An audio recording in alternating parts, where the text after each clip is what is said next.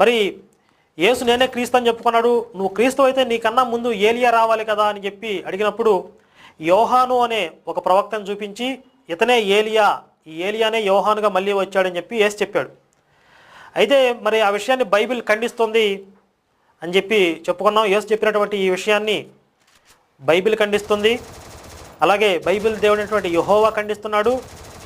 అలాగే ఇంకా స్వయంగా ఆ యోహాను ప్రవక్తే నేను ఏలియాను కాదని చెప్పుకున్నాడు. గత వారం ఎపిసోడ్లో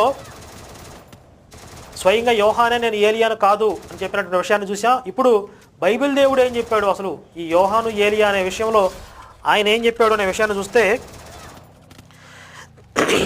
యెహోవా సాక్ష్యం, యోహాను ఏలియానా కాదా అనే విషయంలో యెహోవా దగ్గర నుంచి ఏమైనా మార్గదర్శకత్వం ఉందా అని చూస్తే పాత నిబంధనలో ఒక వాక్యం కనబడుతుంది. మలాకీ గ్రంథం 4వ అధ్యాయం 5-6 వచనంలో, యెహోవా నియమించిన